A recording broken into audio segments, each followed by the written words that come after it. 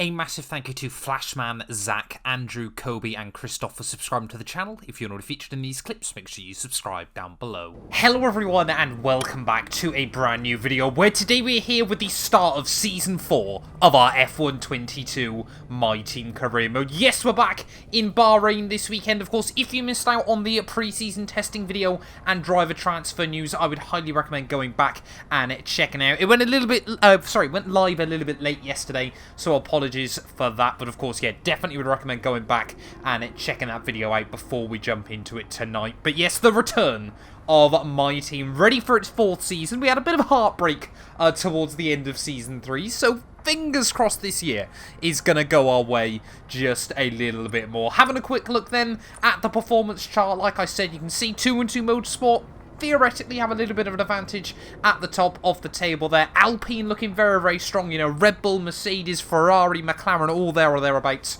in the mix. And Alfa Romeo, definitely a team that seems to have potentially, on paper, made some good progress as we head into Season 4 of this career mode. But of course, everything is reset to 0 as we jump into the new season. We can only hope to try and get a good race weekend, though, to kickstart the year. We're back in Sakhir. Fingers crossed we can start the year how we mean to go on. Well, here we are then, back in Bahrain. Of course, the first season we're rocking Mercedes power as well on the Formula 1 games. And the silver in the sunset does look very, very beautiful on this 2-2 Motorsport car there. Ooh, a lot of front locking though as we head down in towards turn 1.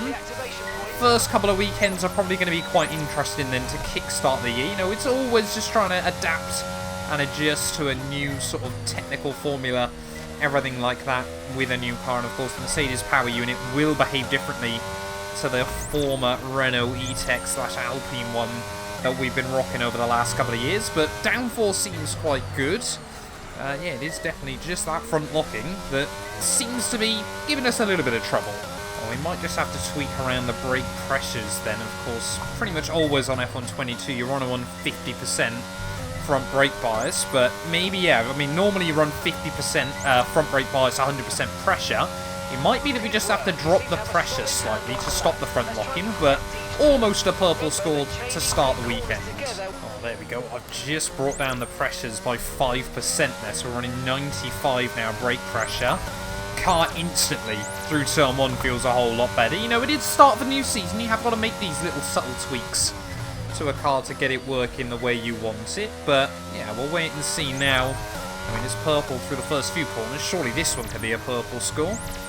The final corner, 1 green score throughout the entire lap.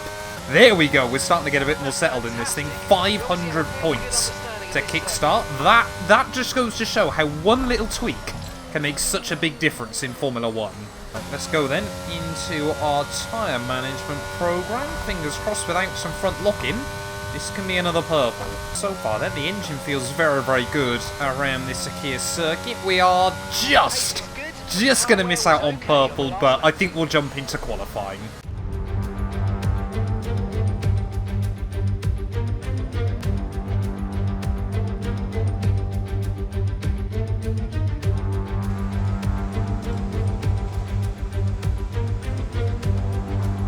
Well, often I don't show Q1 in the My Team career mode, but as it is first race back of the season, you never quite know what's going to happen in terms of performance. We're going to go out first of all on a set of medium tyres and hopefully we can still make it through. Our first lap then has felt fairly tidy for the most part. Certainly some time left on the table, but we'll wait and see what the time's going to be like on the board. Out of the final corner, open up the DRS, Kevin Magnussen 27.7. We go slower than K-Mag. That probably implies that's not quick enough. Well, I don't want to get too alarmed too early on in the weekend, but we're 2 seconds away behind our teammate George Russell at the moment, who is fastest in his first drive of the 2-2 Motorsport car. So, of course, some of that time will be found through tyre delta, but we've got to try and find a lot more here. Well, there we go, a combination of a much tidier lap, softer tyres, and a more rubbered-in circuit means we should now find enough to see ourselves comfortably through into Q2, but the gap to George Russell is still quite alarming there at the final corner. We're going to find about 1.2 seconds, only good enough for 9th. Well, there we go then, the first Q1 session of the year wrapped up and 8 tenths away behind our teammate George Russell there, but Lando Norris, Esteban Ocon up inside the top 3 there. Bottas and Zhou Guanyu, of course, reigning Drivers' Champion down in P4. They're a little way away, very, very close with the Red Bulls. I guess the big talking point, Charles Leclerc, 2 seconds off, down in P21 for the Bahrain GP. Then 6 different teams actually out in Q1 as well, so really disappointing for a lot of separate drivers there, but we've got a lot of time to try and find there if we want to get anywhere near the battle for pole position. I feel like we might be able to join George on the front row, but it's going to take some really good laps in Q2 and 3.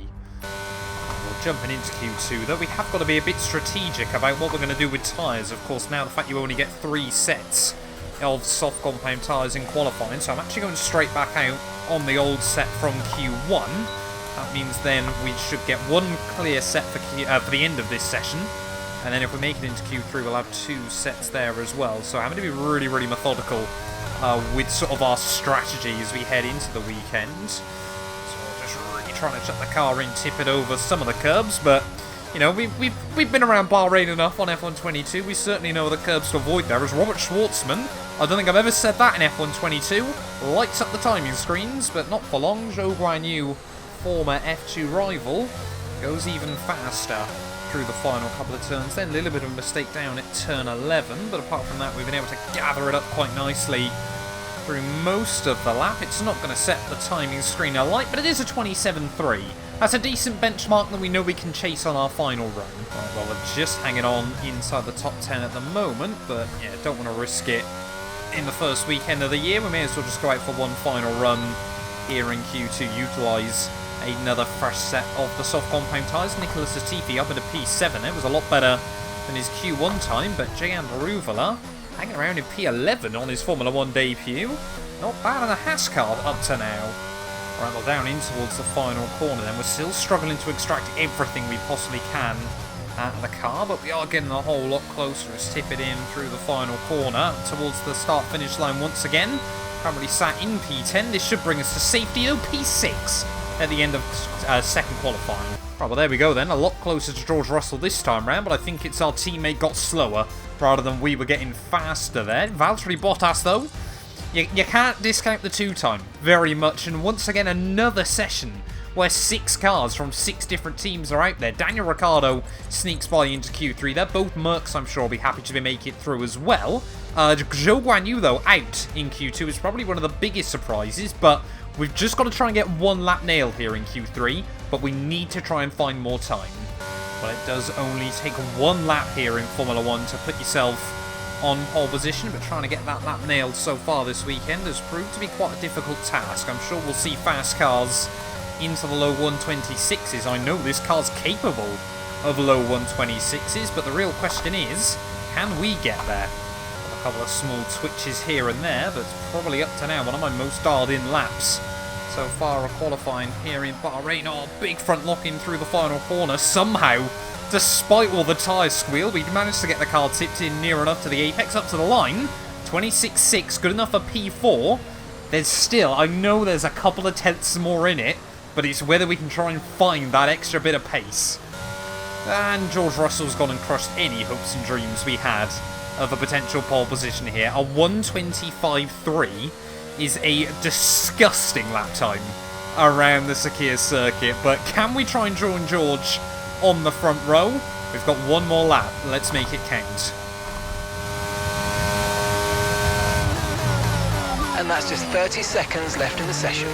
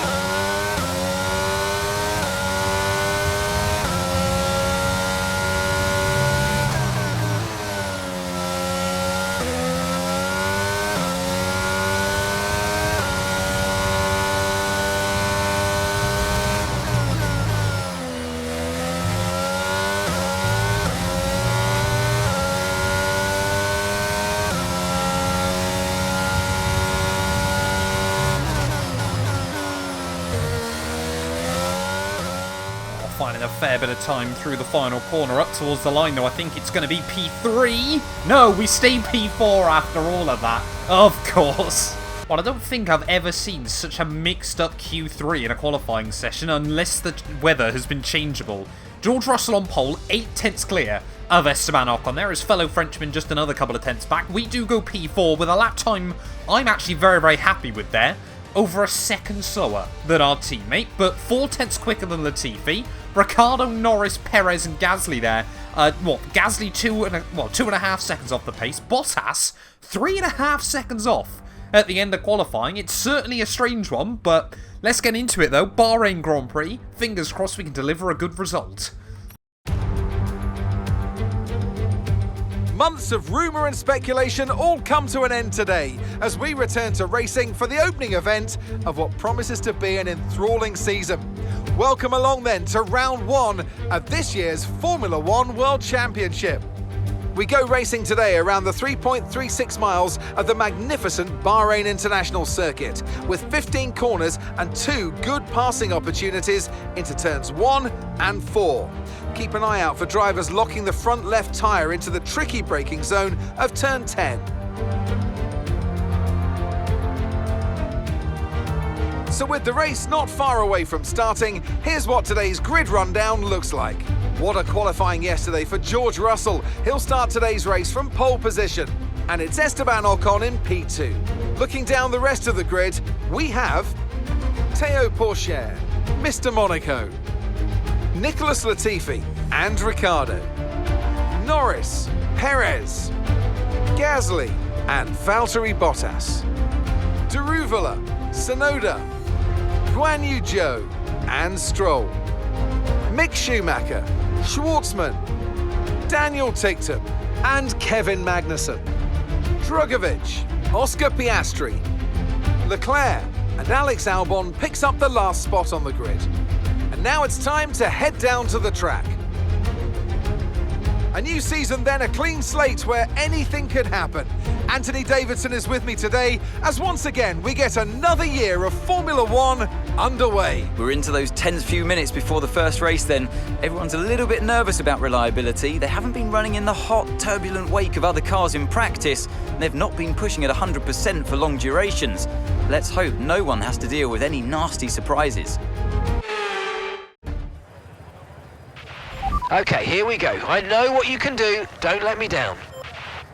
Well, here we are then, on the grid, ready for the start of a new Formula 1 season. And our new teammate, George Russell, already perhaps rustling our feathers a bit there, starting from the pole. But as always, you know, Bahrain, a fairly simple one-stop strategy, mediums to hards. It was always quite fun on the old games where you could try and gamble it softs to hards, or you'd have to two-stop. But unfortunately, yeah, that's not a thing anymore in F1 22. But yeah, I mean, George looking very, very fast. Alpine, Red Bull look right there. Mercedes might be back as well, of course. And you can never discount Ferrari and McLaren. But yeah, we'll wait and see what we can do at the start of this new season. I am really, really excited to this, as Pourchaire and Ricciardo both actually on softs. Well, you guys have said I need to really work on my tyre warming skills on the formation laps in this series. That might be why I don't do it as aggressively as some people think I should, but yeah, no, I've tried to explain this before very briefly. It's because my pedals are knackered. I just have got no sort of throttle feel in the lower RPM, so that's why starts are notoriously bad on F1 22. But we'll see what we can do though here tonight. George Russell lining up on the pole, starting back on row 2 there, purple on the lineup. And let's wait and see them, waiting on those final couple of cars to round out the grid. I think it's Mick Schumacher, the rear of the field. But yeah, Charles Leclerc right down there as well. Intrigued to see how he's going to get on this evening. Ferrari had a bit of a nightmare on Saturday, at least on that side of the garage. But let's get into it though. Bahrain Grand Prix, 5 red lights. And it's lights out, and away we go. Not my worst start in the way. It's not great though, to be honest, as Latifi, Ricciardo and Lando Norris are all going to try and get round us in towards the first corner. Oh, tiny bit of contact with Lando there as we, head out of turn 1, and still cold tyres, everything like that, really struggling off the launch there, so definitely still needs to do a lot more work on my tyre wear warm-up, as around the outside of Perez will go at the top of the hill, and the Lando Norris style move there around the outside of the Red Bull, and back up to P7 then at the start of this Grand Prix, as George Russell trying to hang on to the lead from my former teammate Teo Porcher. Could we come to regret letting Teo go this year? Of course, that's the point he's trying to prove down at Red Bull early on this season, but looks like Russell has hung on to the lead of the Grand Prix there, as we just head through the next couple of corners, trying to make sure that we get everything all settled down, you know, get into a rhythm nice and early on in this Grand Prix. They're both Alpines now inside the top 6, and like I said, they are definitely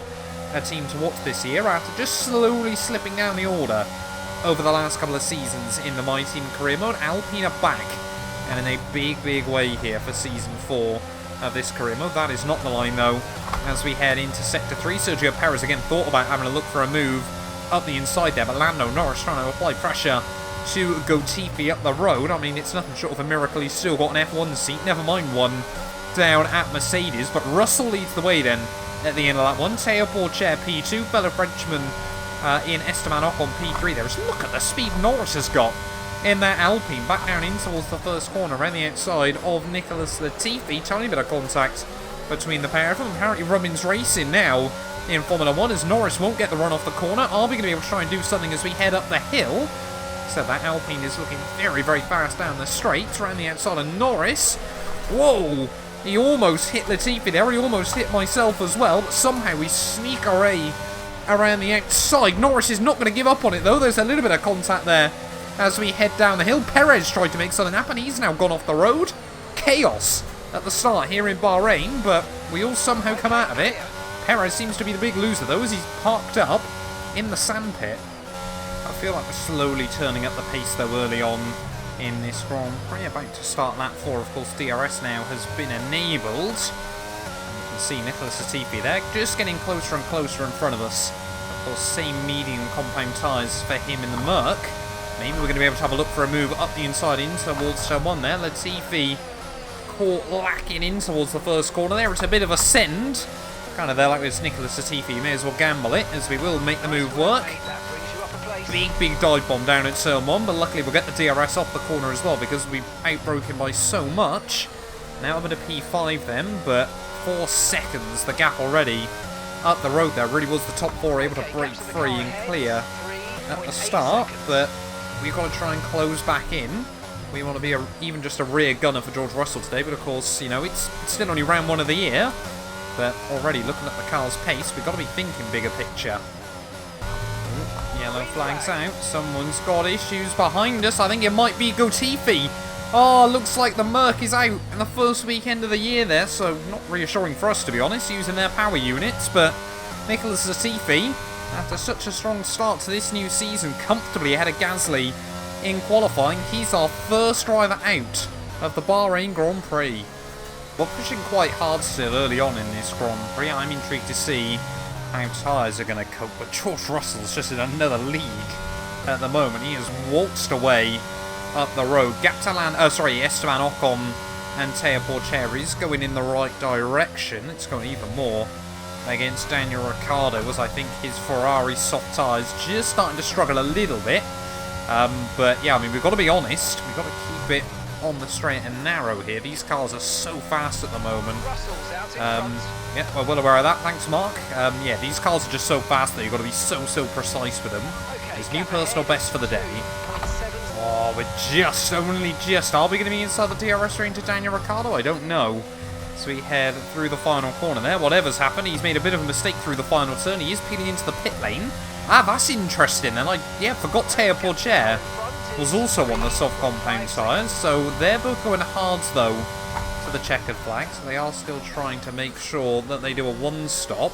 Ah, and I didn't realise that either. George Russell also on a set of soft compound tyres then. So that might explain why our teammate has been so ferociously fast early on in this Grand Prix. So at least we know we are the fastest medium tyre runner then out on the circuit, because of course we're taking time at Lando Norris. But yeah, we've just got to try and keep it on the straight and narrow still for the moment. We're just crossing over 1/3 distance. Of course, it does take a little bit of time to get used to the car on F1 22, and I feel like we are slowly adjusting to this thing. laps on a set of hards is certainly not impossible, but it's not going to be fun towards the end of the Grand Prix, especially when he's got the likes of Ocon and myself closing in on him. I'm well aware I keep calling Ocon Norris. I'm just so used to Norris being the faster of the Alpine drivers, and well, now look at them. Both cars running in the top 3 at the moment, as Gasly now up to 4th in his first race for Mercedes. That'd be quite good. And look at reigning champion Bottas stuck down in 5th place. Well, the gap to Esteban now under 4 seconds in this Grand Prix, but I'm looking at it. I'm wondering if we could try and extend these tyres to the end of lap 18, whether we could then go softs to the ends. The only other issue I'm really struggling with is front locking still, but tyre wear seems to be fairly even. There's slightly more rear wear than front, but I'm just thinking, you know, is it worth trying to gamble it? You know, potentially try and go long therefore and be really, really quick towards the end of this race. I mean, these mediums are still feeling pretty good at the moment, so I'm eyeing it up. There is all, we've got yellow flags out. So Sauber there, I think, briefly having a moment. As now, George Russell I can just see flashing up in my peripheral vision.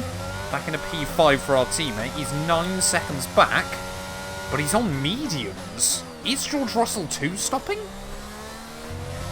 That's a brave call from George. He's got to get on with it. Have the team potentially done a Ferrari. There we go. Lando Norris and Valtteri Bottas behind us, both peeling into the pit lane. So it's now 2-2 Motorsport that have got both cars back inside the top 3 once again. But yeah, Norris and Bottas doing a fairly sort of expected strategy there onto a set of the hard compound tyres. I mean, if George Russell's able to one-stop that, then he's running a very, very aggressive strategy. But of course, I'm now trying to match that, just going the other way with it. As again, that Alfa Romeo is not having fun at turn 9 and 10. We go Esteban Ocon peels into the pit lane then, so we are going to take the lead of this Bahrain Grand Prix. But yeah, I mean, George Russell's still going about a second a lap faster than me at the moment, just under. So it won't be long before our teammate closes up to us. But we just got to keep our head down and focus at the moment, try and keep these medium tyres in good nick. But yeah, really able to extend this stint quite nicely up to now. There appears to be an issue. We're currently investigating. No, don't do this. First race of the year, it happened in the Haas Road to Glory. I'm not allowing it to happen as well in my team. We cannot start the season with a mechanical failure, Mark. Please have mercy, F122. I beg.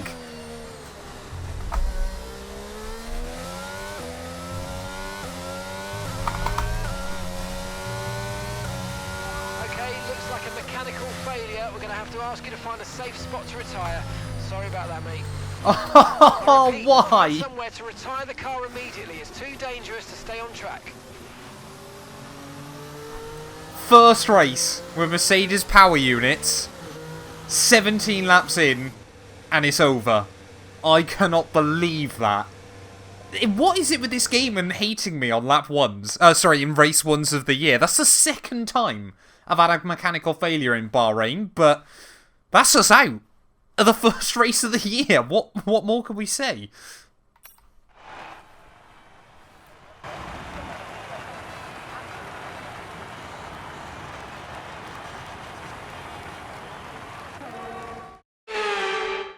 That's a fantastic team effort then to secure victory here in the desert.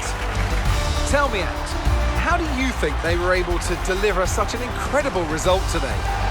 I think that smart tyre management on track and very smooth driving definitely assisted in their victory today. That combination meant they got the absolute maximum out of their tyres at all times.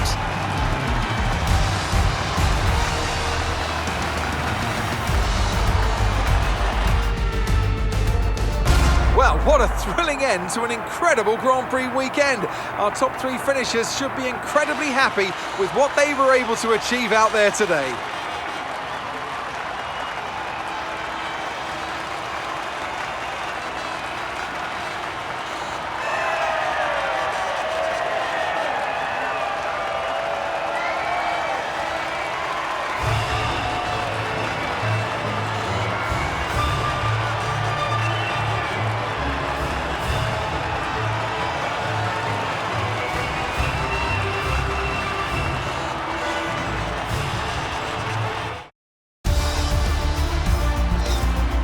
So then, it's time to see how this result affects the Drivers' Championship.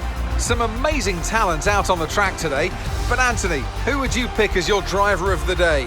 Oscar Piastri gets my vote today. Let's move on to the constructors. Alpine move up and take the championship lead. Well, that was certainly an exciting weekend of Formula One. Be sure to join us for more exciting Formula One action very soon.